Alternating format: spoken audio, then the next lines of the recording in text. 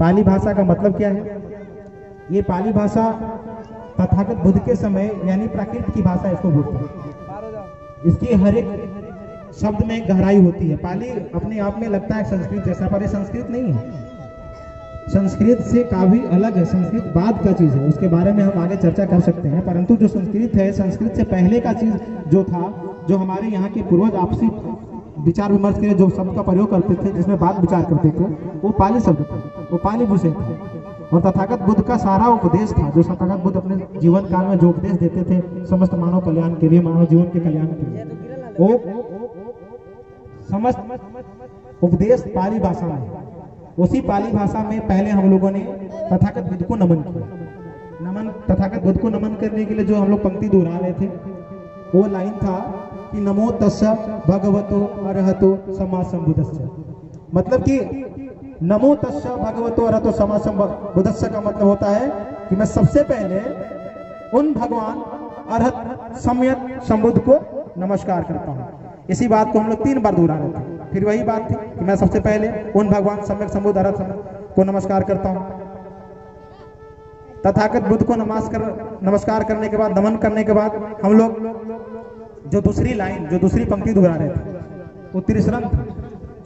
ये त्रिशरण एक ऐसा सूत्र है, एक ऐसा वे है, एक ऐसा रास्ता है जो अपने बहुजन समाज के कल्याण के लिए इसको अपनाना बहुत जरूरी है। क्यों जरूरी है? इसका मतलब क्या है, इसको मतलब जानिए, उसके बाद समझ में आएगा जरूरी क्यों है।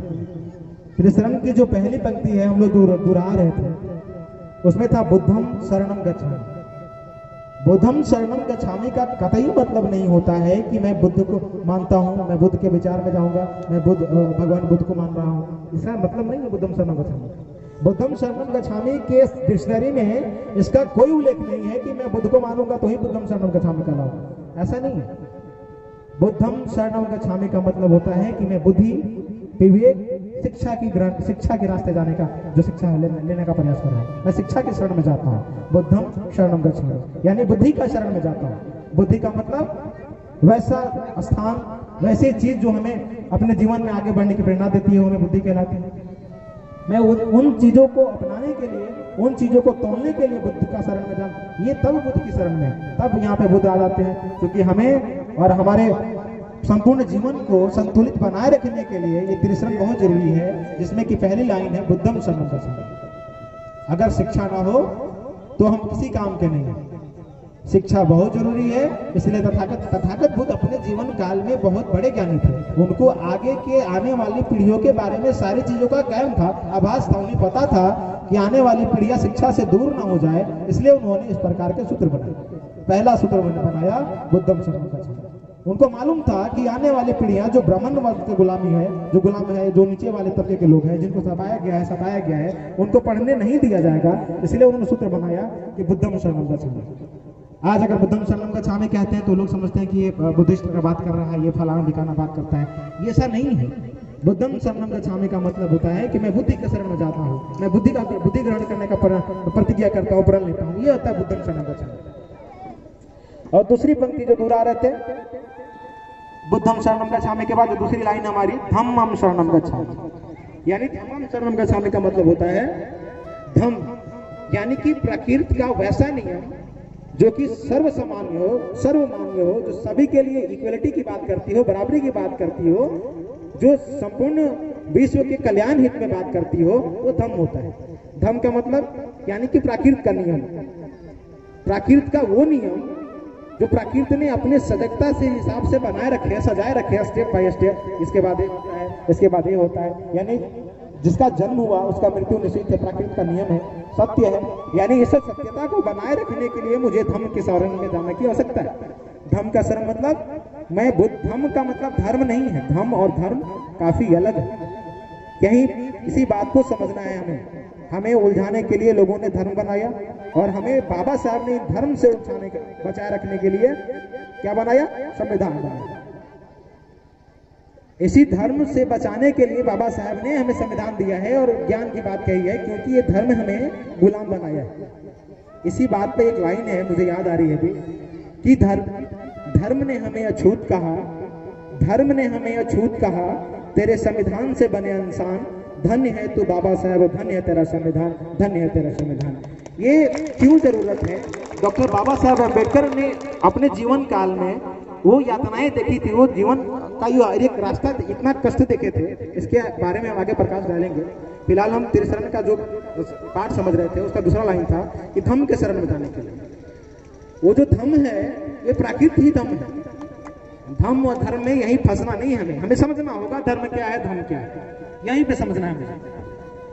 अगर धर्म और धर्म को एक साथ जोड़ते हैं तो ये गलत है। तथागत बुद्ध को हम गलत बताते हैं, तथागत बुद्ध को गलत कर देंगे। तथागत बुद्ध ने कहा कि धर्म का मतलब धर्म नहीं है। इस बात को डॉक्टर बाबा साहब अम्बेडकर ने भी सत्यापन के तौर पे पूरे बाबा साहब अम्बेडकर लगभग 22 साल तक हमारे जितने भी वेद पुराण है ना, सबका गहन अध्ययन किया था। 22 साल तक हमारे यहाँ पे लोग होंगे, किसी ने रामायण पढ़ा, किसी ने महाभारत पढ़ा होगा, सिर्फ एक चीज पढ़ा होगा, पर बाबा साहब ने भारत भूमि के अंदर जितने भी पुराण है, रामायण है, वेद है, पुराण, गीता, जितने भी सारे चीजों को अध्ययन के मात्र 22 साल लगाए थे उन्होंने पढ़ने में, उनको सारे चीजों का ज्ञान था।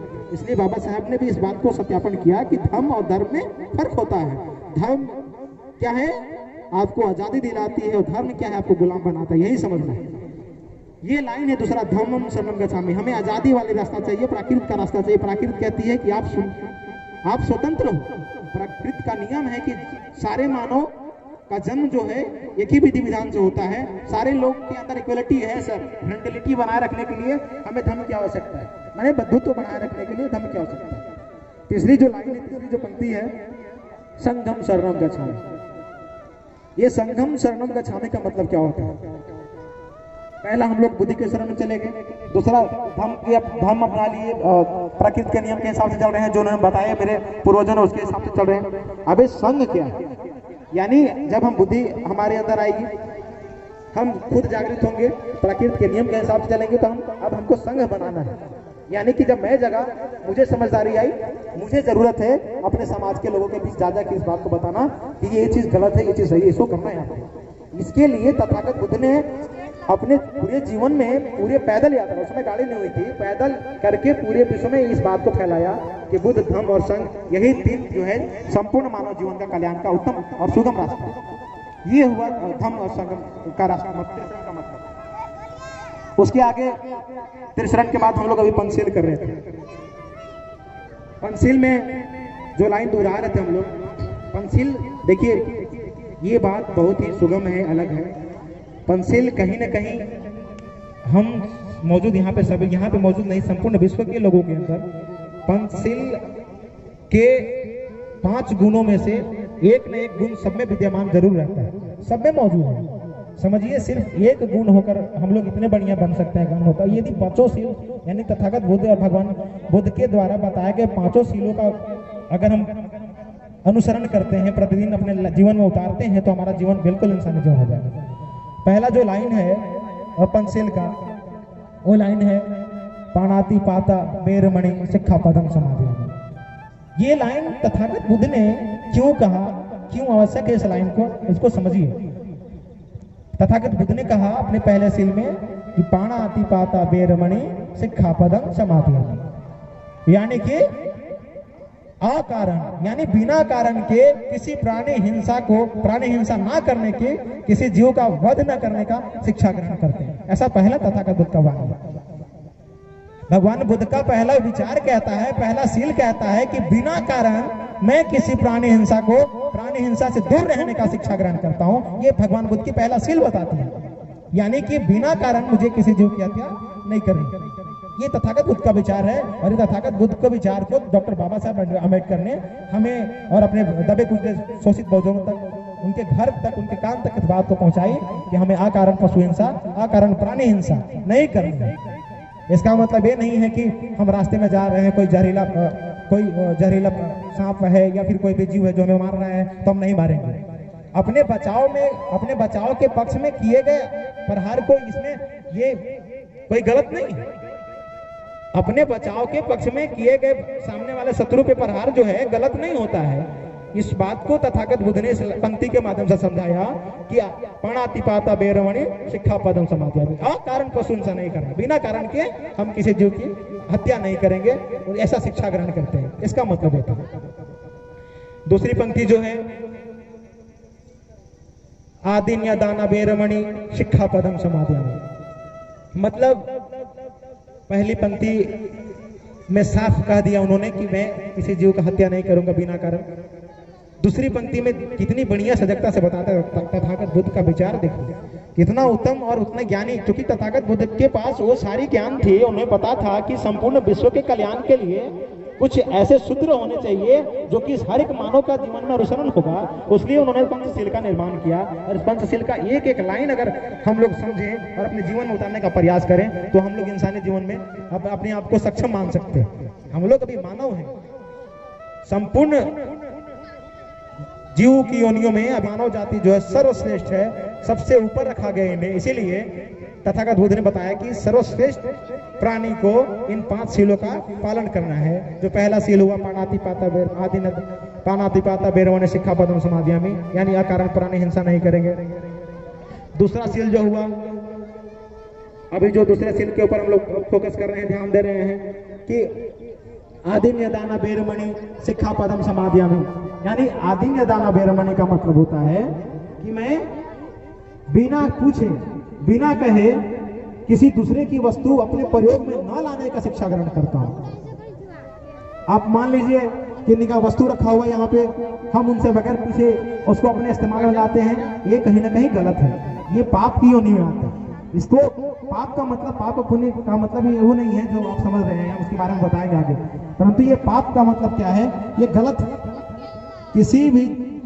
किसी की वस्तु को बगैर पूछे नहीं उठाना, ये चोरी के श्रेणी में आता है। बगैर पूछे नहीं लेना है हमको, ऐसा शिक्षा ग्रहण करना है। तथागत बुद्ध ने हमें दूसरे शील में बताया कि आदिन्य दाना बेरमणि शिक्षापदम समादयामि, यानी बगैर पूछे किसी की वस्तु हम लोग अपने इस्तेमाल में नहीं लाएंगे, ऐसा शिक्षा ग्रहण करते हैं। और तीसरी जो पंक्ति है जो तथागत बुद्ध ने बताया कि मूषा वादा बेरमणि शिक्षापदम समादयामि, ये बहुत ही सजग और सुंदर लाइन है। आजकल जो माहौल देख रहे हैं आप, जिसमें मारपीट ज्यादा बढ़ गया है, इसका सबसे बड़ा रीजन यही है।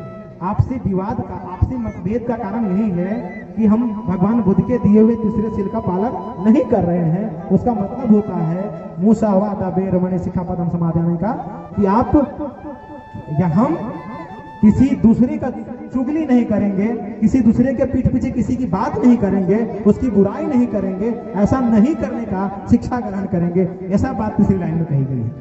तीसरी लाइन कह रही है कि मूसा वादा बेरमणि, यानी कि किसी के पीठ पीछे उसकी बुराई नहीं करेंगे। आपका पतंगड़ बनाते हैं, ये चीज नहीं करनी है, इस चीज से दूर रहने की मुझे शिक्षा ग्रहण करनी है। और इसीलिए तथागत बुद्ध ने बताया कि मूसा वादा बेरमणि शिक्षापदम समादयामि, यानी किसी की चुगली नहीं करेंगे, किसी के पीठ पीछे बुराई नहीं करेंगे, किसी के सफलता पर हम मजाक नहीं उड़ाएंगे, किसी की गरीबी पे मजा नहीं लेंगे।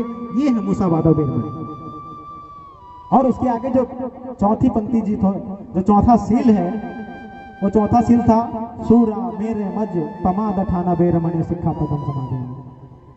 ये पंक्ति आज के दौर में एकदम ऐसा हो गया है कि आज की युवा पीढ़ी में तथागत बुद्ध को उस समय मालूम था कि आने वाला जनरेशन ऐसा होने वाला है कि कम समय में ज्यादा परिवर्तन दिखाएगा अपने आप में। इतना परिवर्तन दिखा दिया कि सूरा मेरे मज पमाद ठाना बेरमणि का मतलब है कि सूरा का मतलब होता है शराब, मेजे मद का मतलब यानी कि कच्ची और मादक, यानी वैसी पदार्थ जो कि मादक होती है। मादक का मतलब वैसा पदार्थ जो कि दिमागी संतुलन को गड़बड़ा देता है। आपका जो दिमागी संतुलन है उसको असंतुलित कर देता है, उसको मादक वस्तु बोलते हैं।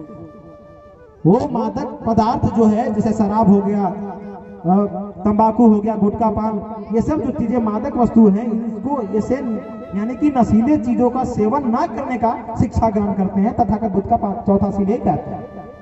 तथागत भगवान बुद्ध का चौथा शील कह रहा है कि सूरा मेरे मज पमाद ठाना बेरमणि शिक्षापदम समादयामि, यानी कि हमें धम्म को बनाए रखने के लिए तथागत बुद्ध के द्वारा बताए गए उपदेशों के हिसाब से संपूर्ण मानव सृष्टि को बनाए रखने के लिए ये सूरा मेरे मज पमाद ठाना बेरमणि का जो पंक्ति है उसे अपने जीवन में लागू करना होगा।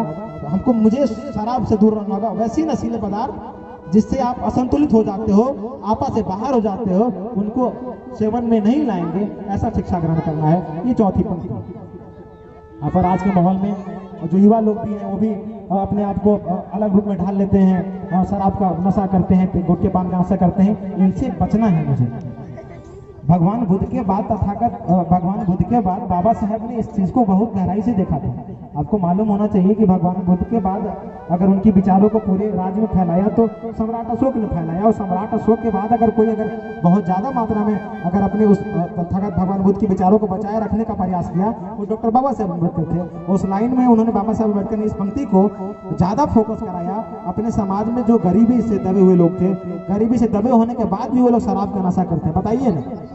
40 रुपए की दिन भर में आमदनी है, पर दिन भर जब में 40 रुपए भी कमाएंगे ना तो शाम को 40 रुपए का दारू पी जाते हैं।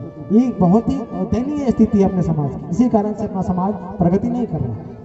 इससे दूर रहने का शिक्षा ग्रहण करना है। इसीलिए भगवान बुद्ध ने बताया कि सूर्य मेरे मजपमा खाना दे रहे हैं। उसके बाद अंतिम और जो 5वां पंक्ति है पंचसेन में, उसमें कहा गया है कि कामे सुमिक्षाचारा वेदमणि शिक्षापदम समादयामि।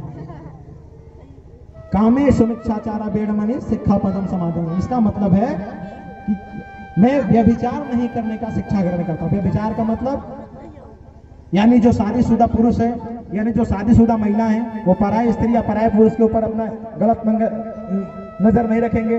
जो युवा पीढ़ी के लोग हैं वो भी पराय स्त्री पराय जो है बहन लोग पराय स्त्री को अपने बहन का समान समझे, ऐसा शिक्षा ग्रहण करना है। यानी कि व्यभिचार नहीं करने का शिक्षा ग्रहण करने का। तथागत भगवान बुद्ध ने महिलाओं के पक्ष में भी, चाहे महिला हो या पुरुष है, उन सबको एक समान रखे उन्होंने कहा कि कामे सुमिक्षाचारा वेदमणि शिक्षापदम समादयामि। यानी हमें व्यभिचार नहीं करना है, एक दूसरे के प्रति मानवता वाली भाव रखना है, फ्रेंडलिटी की भाव रखनी है, इक्वलिटी की भाव रखनी है। इसको समझाने के लिए बाबा साहब ने भी कुछ किताबें बनाई थी। जो जात पात का विनाश, उसमें भी इस बात का वर्णन है कि हमें आपसी मतभेद को ना बढ़ावा ना मिले, इसके लिए क्या करना